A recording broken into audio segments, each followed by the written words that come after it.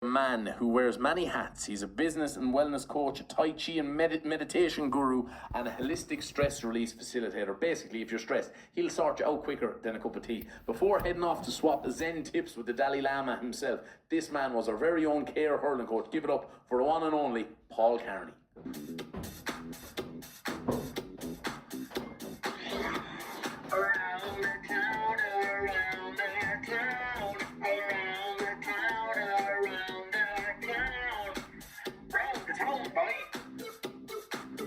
Paul Kearney, how are you? I'm doing very good. Two Johnnies, great to have you here. All I'll say to people is Paul is a true care man, one of our own, one of God's prototypes.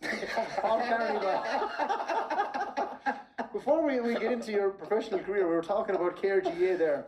Yeah. And when you were playing, one of our friends playing full back, and I was cornerback, and myself and Sparrow used to be arguing about who would play right cornerback. Neither of us wanted to, because as we said, the full back was deafened that year. Yeah. So if you were left cornerback, you could talk to him all day, and if you were right cornerback, you were on your own. Yeah. And the thing was, if he didn't want to hear, he didn't want to hear. He was a class player, absolutely class. But you played with both of us. I did. You remember Smacks coming to Care? I do. I remember Smacks coming to Care. I have a funny story. I was driving in the car today, and I was like, "Geez." So Johnny doesn't know this, but he retired me from intermediate hurling. So I'm around 10 years older than the lads, and I coached Johnny and Ger Halley and all the lads, and. Johnny, I was traveling with work, and I was back, and I hadn't been training around 2 weeks. So Johnny was flying it. He was corner forward. Yeah, Johnny Smacks. Johnny Smacks was corner forwards. I was playing corner back.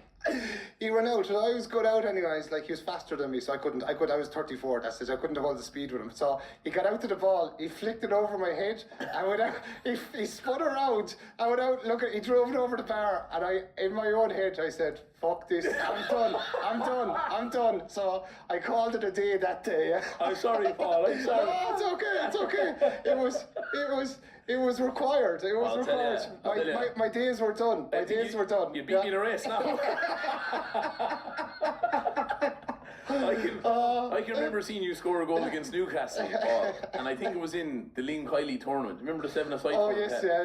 There was 4 lads from Newcastle who were hitting a right on your back as you soloed through, and then slapped the ball into the net, and they were still hanging on to you as you were celebrating. I think this is the most impressive thing I've ever seen. We'd some crack, some crack. This is a funny one as well. We do something now that you actually inspired. So before we came on here, you were talking about the Loch Lothair quiz. Oh yes, yeah. So you get all the people from your towns land together. Yeah. Around Christmas, and you do a quiz about the area. Yeah. So sometimes we don't even know what the answers are. So me and Garvin, who. What happened was Emma Fitzpatrick asked us, she said, "Paul, this is 15 years ago, she said, it'd be some crack if we all got together for one night and had one session, and we'll do it in Condons." So Condons was a tiny little pub in Care. Be pretty quiet. Yeah. So she said this to me, it was around the 1st of December, and I said, "Fuck it, Emma, I'm going to do it." And she said, "Well, you're the only one who's going to have the balls to do it." So I said, "Fuck it, I'll do it." So one Saturday morning, I started writing questions, and I had 60 of them before I knew. So what kind of questions now?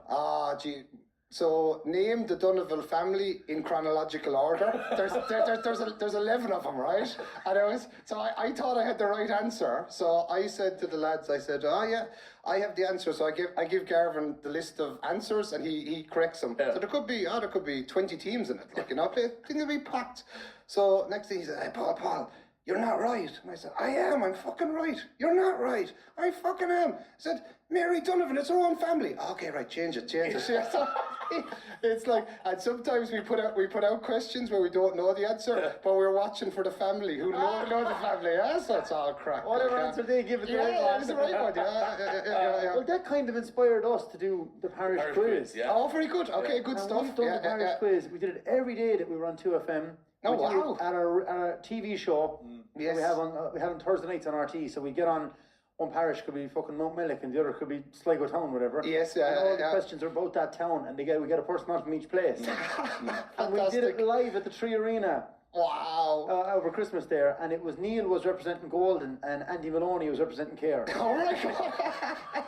The councillor Andy Maloney. Okay. Yeah, very good. Very good. No idea how Spack go. So we're doing it in the Shamrock Lounge, and Hughie said to me, Paul, what do I want to know about it? And I said, there's only one thing you need to know. And I said, what's that? There are a crowd of animals and they'll get on just fine. That was it.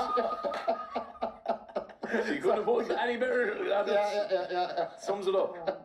Just Hughie's some character in the Shamrock. He's hilarious. He's an absolute testament to this town. The Care is a great town, and it's like a lot of great characters. And where we're from in Loch Lothair, it's like the community is so tight. Like if you're in trouble, like they'll roll in behind you. And when we were young, we had a lot of difficulties, and like they just looked after us so well. They were brilliant. It's great town. Like for me, who moved in here like 15 years ago. It's like, well, now I feel like I'm right at home. But like even at the time, they'd be like, that's grand. Like he's not from here, he'd be grand. Like know, and they look after everyone. That's what I love about the town. Come here, Paul, I have to ask. Yes. What do you do? Yeah, so I do a lot of things. So I work a lot with young people with mental health. Obviously, myself, I had a lot of depression, anxiety, and thankfully, I've come through it. So I have my own company. I work all around the world, and I work with everybody, actually. So we've developed programs to help people to be happier, basically. So we started small, and we've grown, and it's become a big organization now. So I love it. What are we talking about? Like, is it therapy? Is it? Some of it's coaching. Kind of life coaching? Life coaching, but also looking at where the person's at. Like a lot of it is, it's like, I've been through it. I know what it's like to be suicidal. I know what it's like to be depressed. I know what it's like to be on antidepressants. I've done all that, and thankfully, I didn't know that. Yeah. And there's a worldwide epidemic, and like not many people are speaking about it. I'm courageous enough to do it, and I go out and I talk about it, and thankfully, I've come out the other side of it. I'm very, very happy in my life, and I have an awesome life. But it's a big thing for me. And your own story, if you don't mind me asking. Yeah, no problem. So what brought you to that place? What happened was I was in America. I was working on the building sites. I was working hard for a summer, and I came back and. Like my dad always said, you didn't have the muscle. In terms of, at that age, I was young, like, you know. And I came back to college and just got very depressed. It started me on a whole different journey. So I studied Tai Chi, I studied yoga, studied meditation, became a teacher in all of those. Traveled all over the world, and I worked with some of the best people in the world. Wow. So, Where did you learn Tai Chi? I learned Tai Chi from a brilliant Chinese man called Jason Chan. So I learned it in Cork, as it happens. So it was like, so I met him in Cork, and through a mutual friend, and I was considering doing the Tai Chi teacher training course or going traveling around the world. And he said to me, Paul, sometimes in life you only get one opportunity. So I said, fuck it, I'm going to travel around the world. So I went traveling around the world for a year and a half. And I ended up in India, so I spent a lot of time up with the Dalai Lama, so I knew the Dalai Lama very well. Hang on, you met the Dalai Lama? Yeah, I lived beside him, So it was stop, it's not the money costing you're talking about now. Yeah, so it was like, I knew his sister very well as well. How did you end up hanging out with the Dalai Lama? I was up in Dharamsala, so the Tibetans are in exile in northern India, so I was up there, and his monastery was beside where I was living, so I just met him one day, and then I met his sister, and he's an incredible guy. He's as good as I've seen. I've met a lot of people. The love that man has, you could feel it from 500 meters away. Like, he's just incredible. Yeah, he's such and like people, like the Tibetan people, he's obviously their spiritual leader, but like they would travel from hundreds of miles on foot to meet him. And it was like, so I had a lot of good Tibetan friends, so I was teaching them English. So there's all these little Tibetan kids with clear accents saying 1, 2, 3. So one of my friends from Clare, I put up on Facebook to say I'm over in India teaching English to Tibetans, and he wrote the funniest story ever about a Ken Hogan hurling jersey. So Ken Hogan was the Tipperary hurling, and he was like, and there's little Tibetan kids running around saying 1, 2, 3, 1, 2, 3. So love. I must say, the Tibetan people are beautiful people. They're very. What does he do all day, the Lama? What's his job like as such? So he's spiritual leader for a huge organization. So he's like he's their president to an extent. Like he's their political leader as well as their. But I did a lot of meditation with him. Like he's powerful. Yeah, he's really really powerful. And they're under attack. Like basically, the Chinese are trying to wipe them out. And he's an incredibly courageous man. Yeah, incredibly courageous. Yeah. When you talk about Tai Chi, it's something that I think we've all seen in like films and all. Yeah. Is it actually like slowed down Kung Fu? Yeah, but you can speed it up. Like I often speed it up, and like you can. Would knowing Tai Chi enable you to defend yourself? Yeah, no problem. Yeah, Right. yeah. So you can speed it up, but it's more about bringing the peace into it. So it's presence, because like it's when you step into the presence of you step into your greatness, and it's like it's allowing you that sense of presence, that sense of peace in you. So when you talk about energy. And Tai Chi, is it like a form of meditation of just being present in the moment by being so conscious of all your movements, or how does it work? Yeah, but it's more, you need to relax into it. And like a lot of people, myself included for years, was so wound up that you're never fully present. And like it takes a lot of practice. It's like poetry in motion. That's the only way I can describe it. Like it's like I remember being in Cork doing it one day and watching winds blow across a field of barley, and it was just so beautiful, and it was like that sense of that poetry, yeah. So that's what it is to me. And do you practice that then every day? More or less, yeah. Yeah. I'll either do, like this morning I was in Clonmel in the swimming pool, but I'll be either running or swimming or Tai Chi or yoga or something. Do something every day. Every day, yeah. It's so for all the young people listening, it's like really important. Find what your thing is, because like my thing was hurling, and like football I really enjoyed that. Max ruined that. Yeah, motherfucker, retired me out of it. Some could say I changed your life, I know. Paul. You did. But it's interesting. The reason I started Tai Chi was You never would have met the Dalai Lama if he hadn't lost it. I know. Johnny Smacks inspired me to meet the Dalai Lama. Yeah. Oh, Christ. Sorry, The I'm crack. joking. No, I know. Sure, I'm joking myself. But yeah, find your thing. Find your thing. Find whatever, and it's like. So Johnny's cousin Liam Kiley was a great friend of mine, and I remember him saying to me one time, he said, "Paul, you're just fucking different. Like you're always going to be different. If you walk into a room of 100 people, you're going to be different." And it's like he got me. Like it was like that. He said that to me when I was 15. And it was like, it always stuck with me. I'm always going to be different. And it's like, I was never going to do regular. Like, and it's like, I love art. I love poetry. I love music. It's like, I have a lot of interests, but it's like, everything is open to you. Everything is available. And it's like, it's so often in life we're told, oh, you can only do this. No, you can do everything. Everything is available.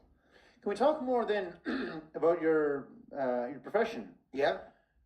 So when you take people on, you work with mental health, and you also do some kind of like mentoring, business, life coaching type stuff, strategy work for companies? Yeah, I do. So I work usually with boards of directors, so companies that are at 10 million, they want to go to 100 million. So it's companies that are looking to exponentialize.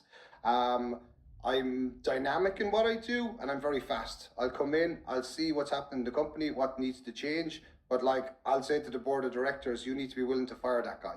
And it's like, that will make them uncomfortable, but that's the level of change that's required. We have a lot of success, and it's like, it's been willing to be aware of what's happening in the company. So it's like, oftentimes there's a hidden agenda or a secret agenda that nobody talks about it. I'll talk about it.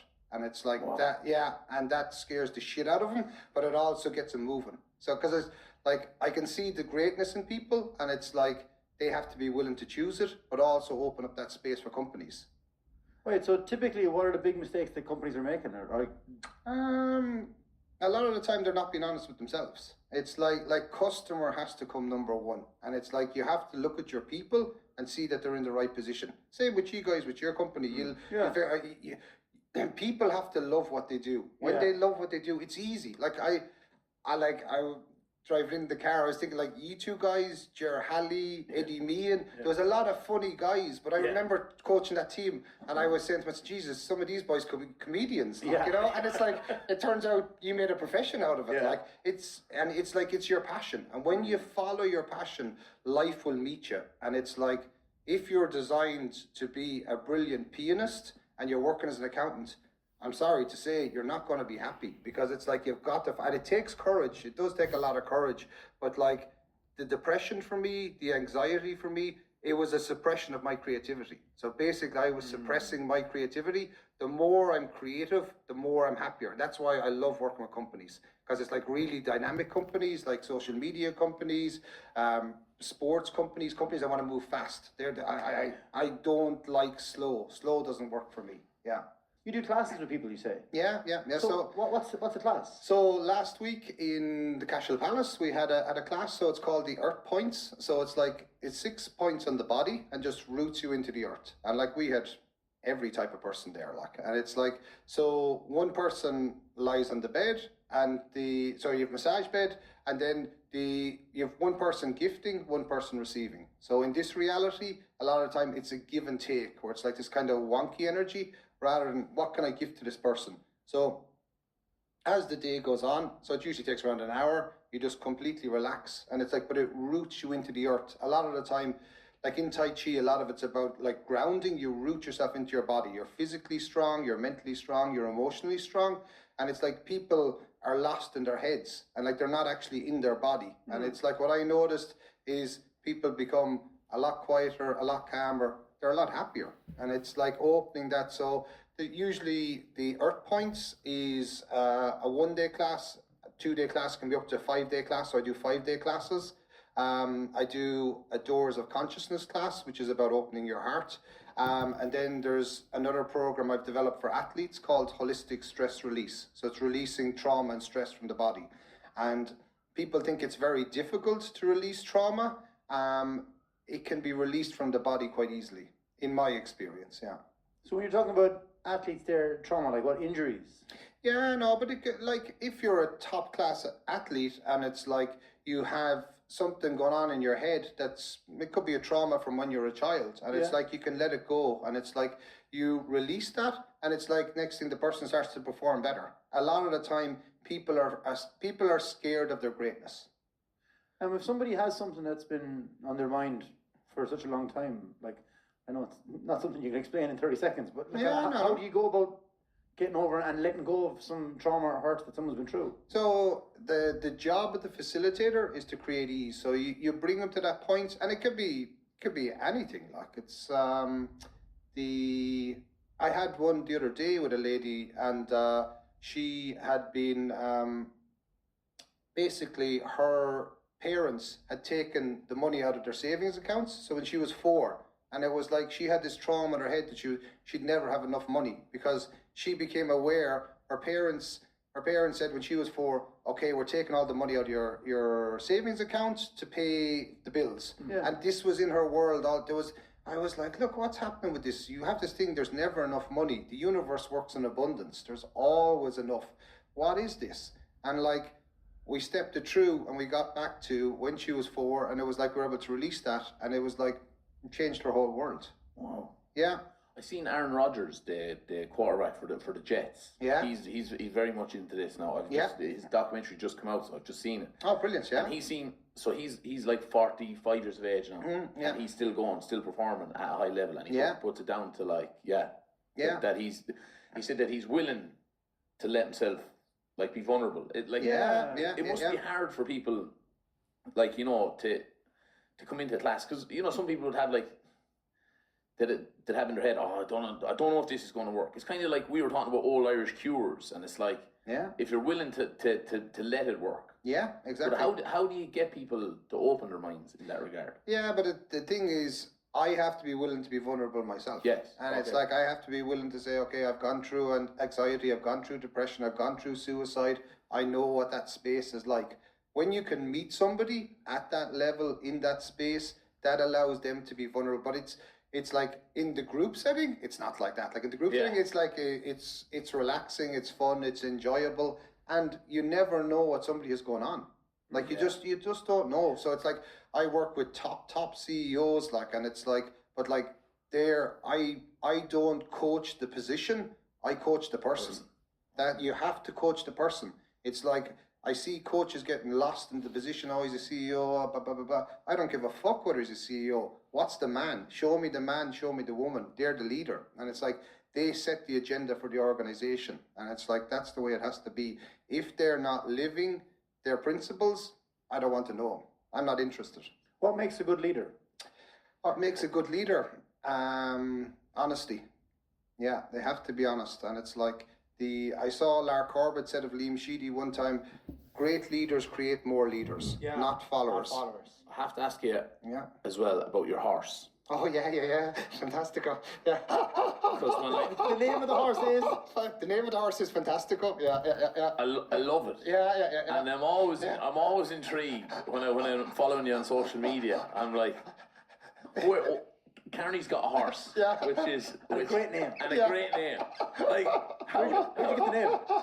So when I was managing director for Europe for a company, and the boys owned a castle, so we're having problems with the castle over in Italy. So they asked me to go over to manage it. I went into negotiations with the Italians. So I had two words, fantastico and avanti. So avanti is the Italian for forward, and so there was. How are they the only two words in Italian? At that stage. Okay. But it was like it was like backs to the wall. Like this business was going to close, and like I had to fucking move it forward. So we were like, okay, let's go with this. So. The Fantastico showed up in my life. I was looking to buy a horse, so I went to this horse dealer who was the biggest scallywag you ever met in your whole life. So I arrived down to my great granduncle was a very famous horse whisperer, Mikey Kearney from Carrick-on-Shore, and then my granddad was a very famous blacksmith. So there was in my family horses. Yeah.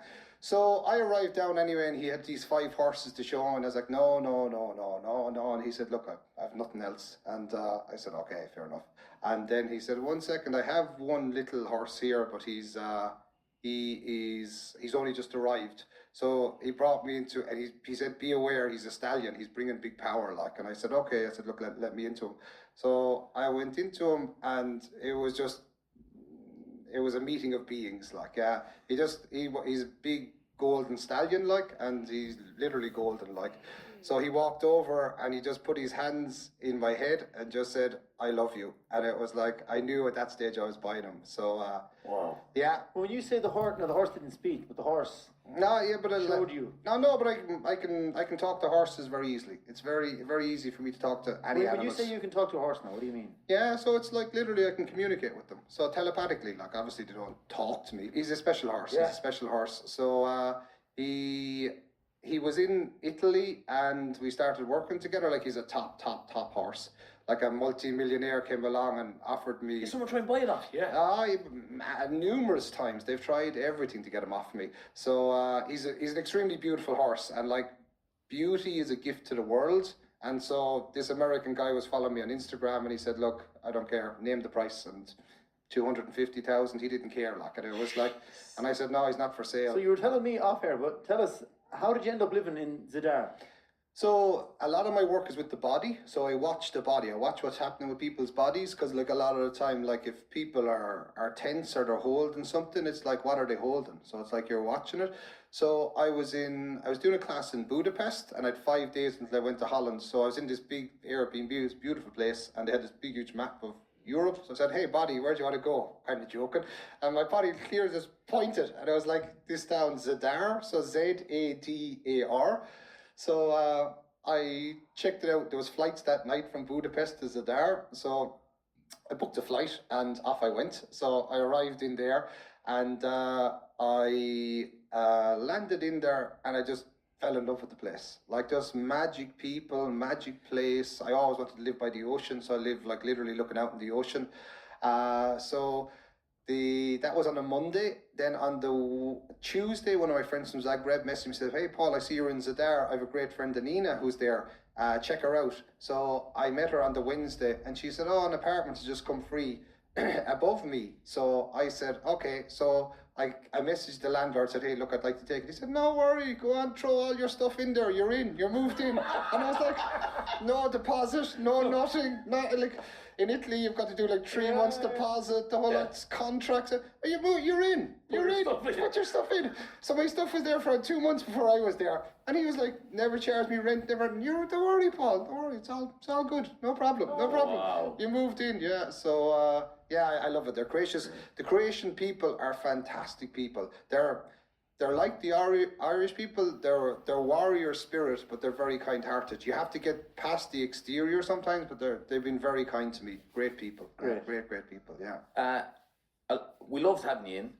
No problem. You have some energy. Thanks a million. It's like genuinely, you seem so happy too. Which is great. Yeah. And when I consider where I was 20, 25 years ago, it's like I wanna end this. Like it's like I really want to get that message through for talking about mental health does not have to be the stigma that it is. And it's like the more people who come out and say, hey, look, I was in that place, it was incredibly shit. I know what it's like, but I found a way through it. And it's like I found my way through it, you have to find your way. But it's a journey. And it's like I haven't talked about the Dalai Lama in 20 years. Like, it's just funny he came up today, but like he was a powerful influence on my life. And it's like there's a lot of brilliant people out there, and like the help is there, but just trust yourself. Whatever is going on, Christmas can be a hard time. Whatever's going on, you're going to get through this. And it's like ask for the help, it'll show up. And it showed up to you in the form of a flick over the head. Yeah, exactly. From Johnny Smacks. Johnny Smacks changed my life. But it's interesting. What happened with the Tai Chi was I started the Tai Chi to become a better hurler. And it was like, because it was like all the balance, the coordination, the flexibility, everything. Like I was 21. Was I 21? Yeah, at that stage. And we had a good team. Like we had a handy team, and there was so I usually played midfield. And I was like, God, this will help with my fitness, help with everything. And then it became a huge part of my life. Like, and it was it's kind of, you never know the reason something is happening, and even if something crap is happening, there's a gift in it. There's always something in it that's going to open up into something different. Yeah. If people want to check you out online, Paul, to go to my website, so www.iampaulkearney.com, and I put together 5 points for people who are having challenges with mental health. So it's www.iampaulkearney.com/free resource. So I give a lot of free stuff out on Instagram and all the social channels. Yeah. Good. Paul, thanks for coming in, man. pleasure having you. Can I say, lads, I coach both you, but I'm extremely proud of what you've thanks, achieved. really. Yeah, no, it is, because it's to see where you've come from. And I remember going down collecting hurleys off Johnny 7 or 8 years ago, and ever was for my nephew. I like to see what you've done, and you've put Care on the map. So yeah, You were best. yeah, no, I'm very proud of you. Well done, lads. Thanks, yeah, Paul. Well done. Thanks a million.